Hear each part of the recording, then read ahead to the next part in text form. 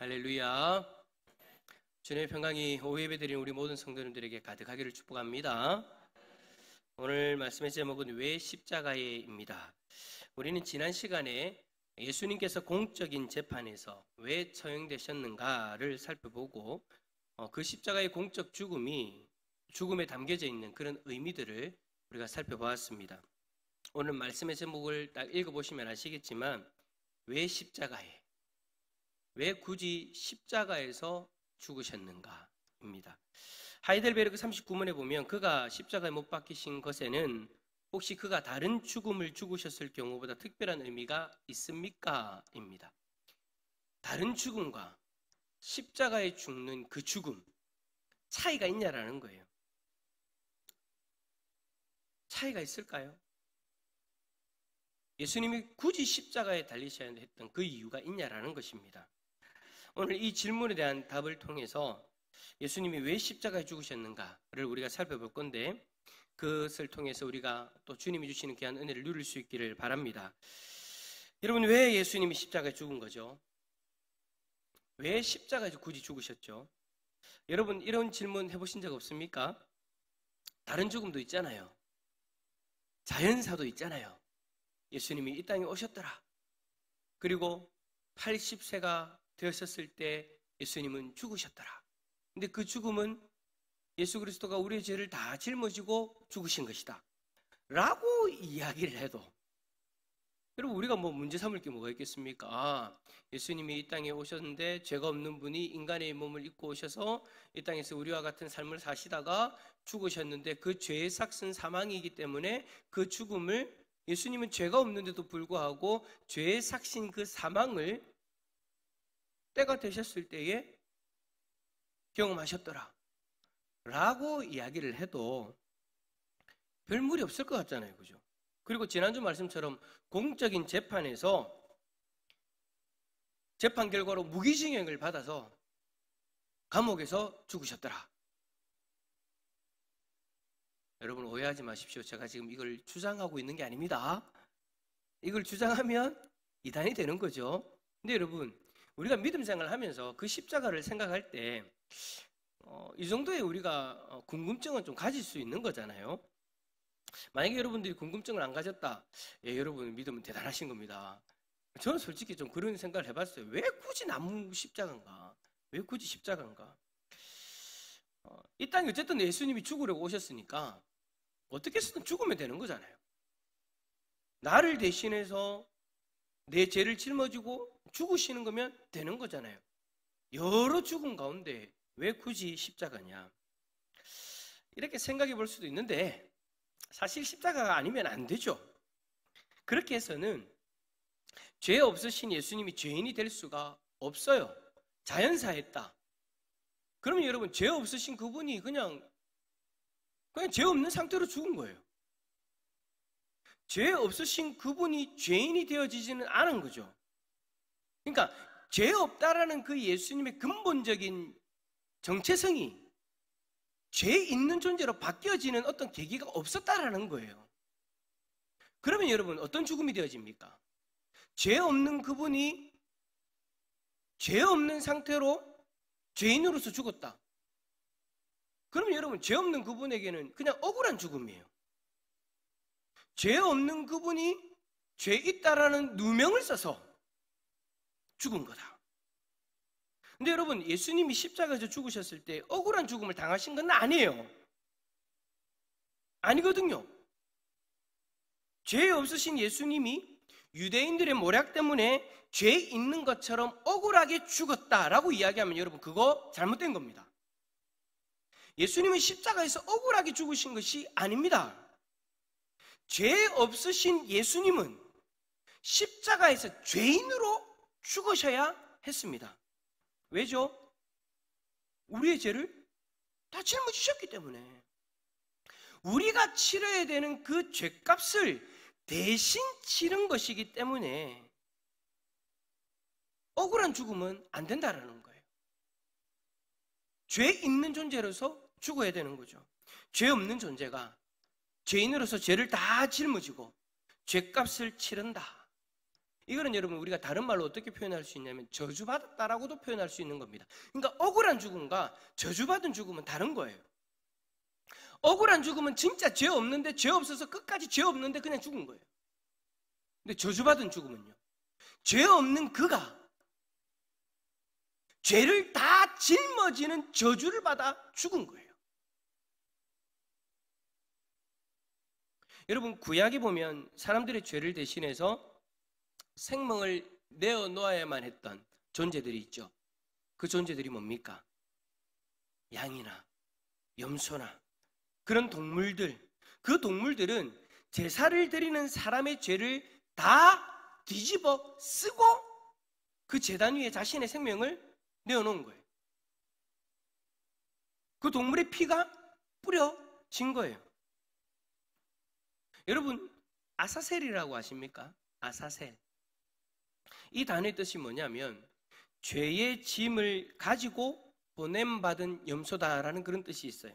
그러니까 여러분, 이 아사셀은 이스라엘 백성의 죄를 정가시킨 염소를 광야로 내어 보냄으로써 백성에게 죄가 남아있지 않다.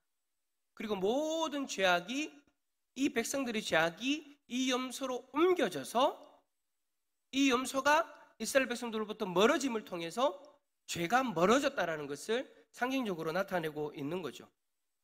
그러니까 여러분, 아사셀의 희생 제물인 염소에게 안수를 해요.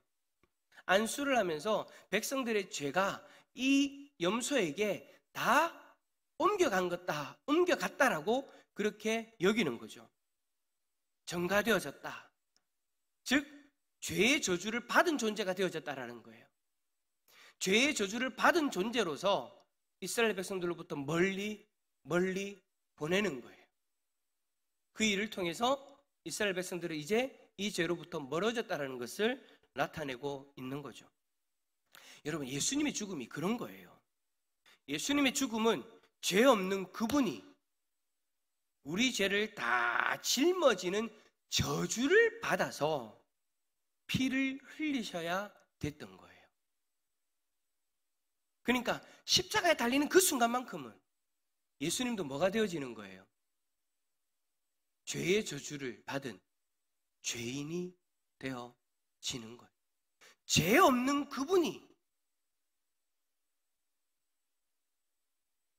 죄인이 되어지는 그 저주를 예수님이 직접 받은 거죠. 그래서 그분의 희생으로 말미암아 우리의 죄가 깨끗하게 씻음 받는 거예요. 여러분, 만약에 예수님의 십자가의 죽음이 억울한 죽음이다, 억울하게 죄 없는 그분이 억울하게 십자가에 죽으셨다고 하면은요, 여러분, 우리의 죄는요 십자가에서 깨끗하게 씻어지지가 않는 거예요.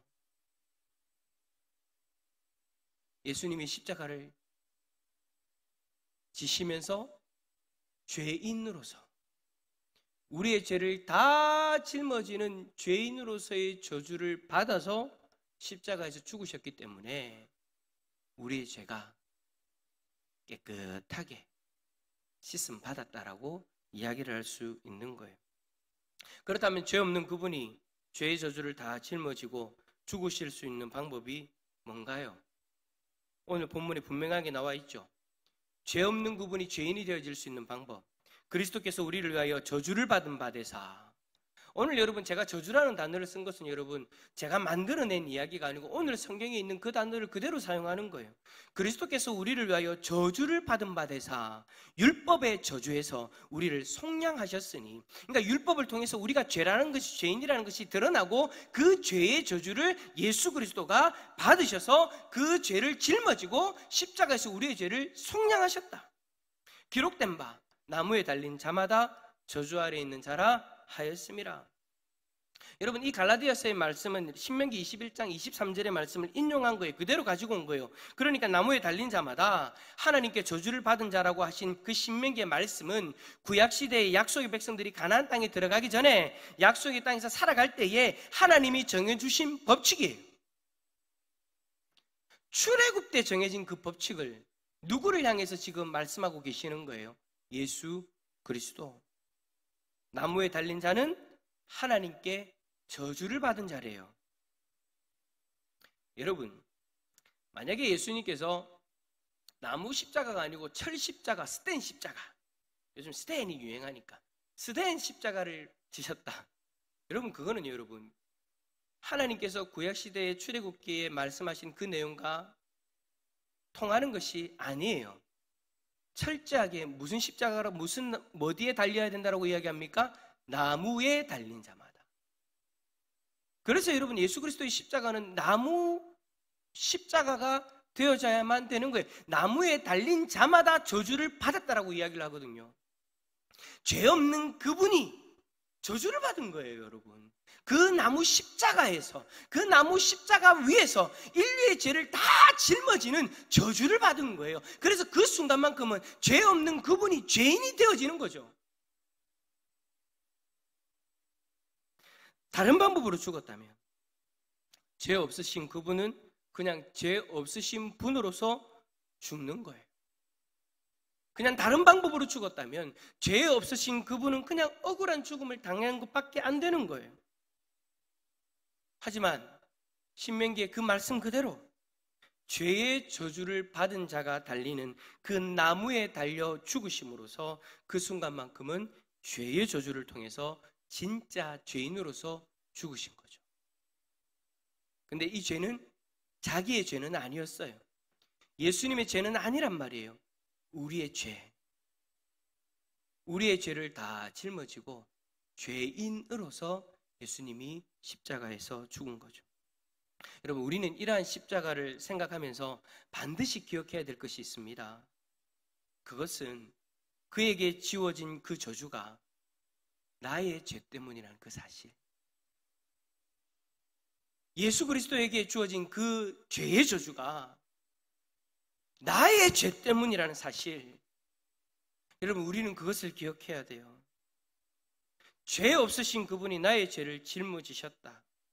그 사실을 여러분, 우리가 인정할수록, 그리고 그 사실을 우리가 기억할 수 있도록 죄의 저주를 받은 자가 달리는 그 십자가에 예수님이 달리신 것이고, 우리는 그 십자가를 바라보며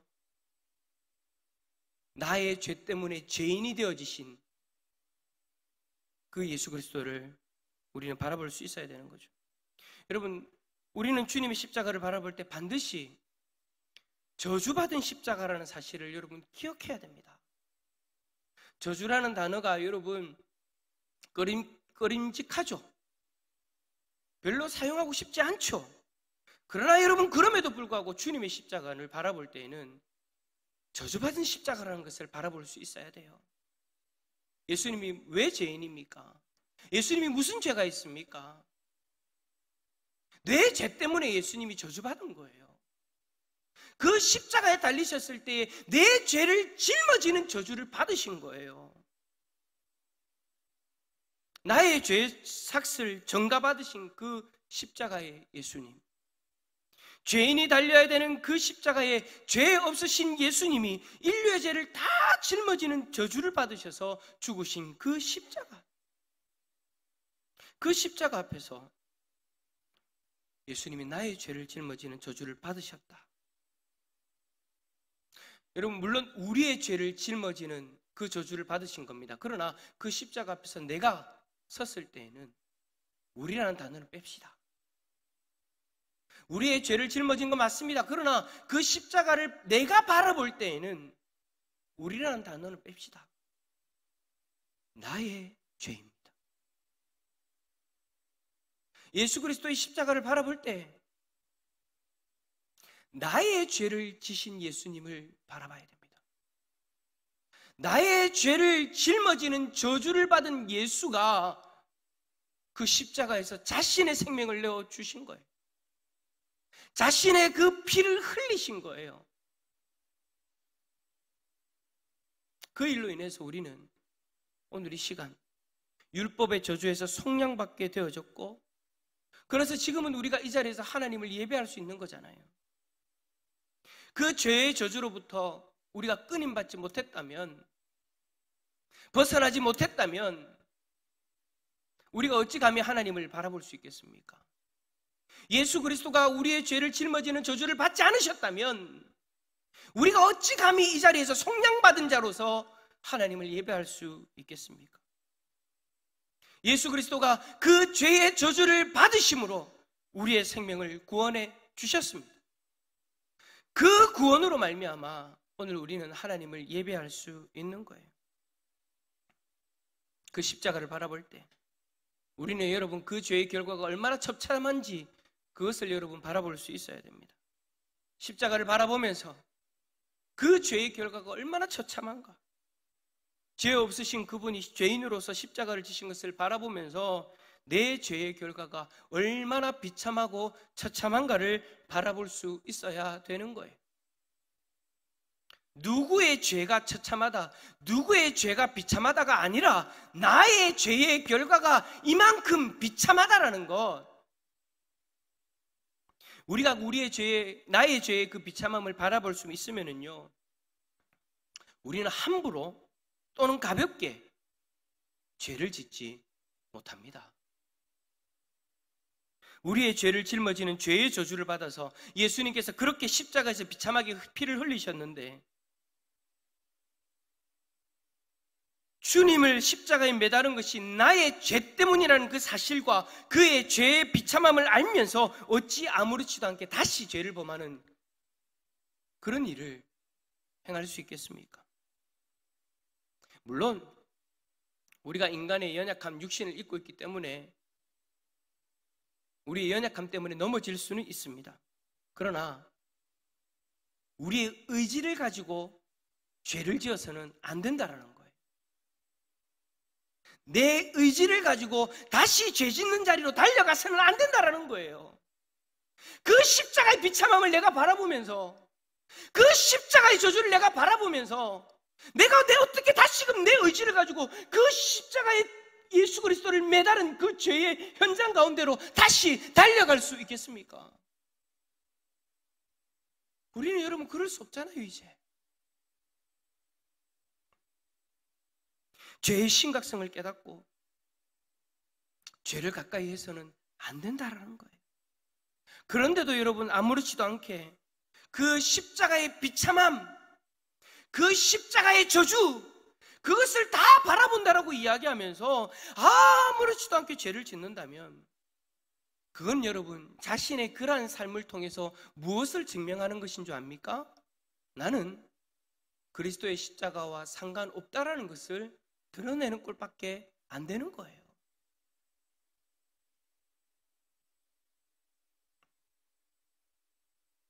여러분들이 생각하고 있는 여러분들의 죄가 있죠. 나는 연약하기 때문에 어쩔 수 없어라고 내 스스로 그 부분에 대해서만큼은 이상하게 허용하고 있는 그 죄들 있죠.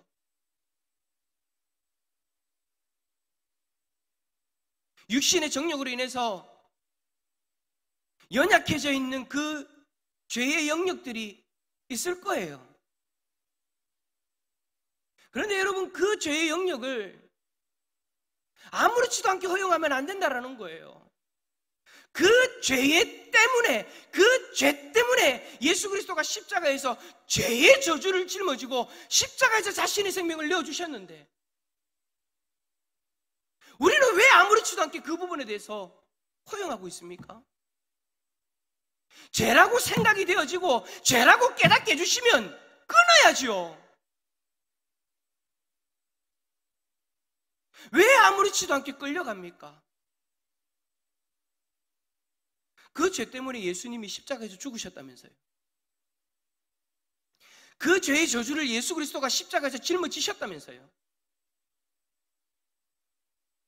그러면 여러분 우리는 그렇게 끌려다니서는 안 됩니다. 싸워야죠. 몸부림쳐야죠. 처절하게 몸부림을 쳐야죠. 죄라고 생각하면서 그것을 아무렇지도 않게 허용하고 죄라고 생각하면서 나는 연약하니까 라고 그렇게 핑계를 대면서 여전히 그 죄 가운데 머물고 있다면 여러분께 여쭤보겠습니다. 여러분이 생각하는 그 십자가가 정말 비참한 십자가 맞나요? 여러분들이 대하고 있는 그 십자가가 저주의 십자가 맞습니까? 우리는 스스로에게 질문을 해봐야 됩니다. 나에게 십자가는 과연 어떤 의미인가? 성경에서는 저주라는 그 비참한 단어까지 써가면서 네 죄 때문에 예수가 십자가에서 죽었노라고 그렇게 이야기를 하고 있는데, 저주라는 그 단어를 써가면서까지 그 죄의 비참함을 이야기하고 드러내고 있는데, 우리는 이 죄에 대해서 아무런 거리낌도 없고, 우리는 이 죄에 대해서 아무런 양심의 가책도 없고, 그냥 나는 연약하기 때문에 라고 이야기하면서 허용하고 받아들이고 있는 그 죄들, 여러분, 우리는 회개해야 됩니다. 주님의 십자가 앞에서 처절하게 회개를 해야 됩니다.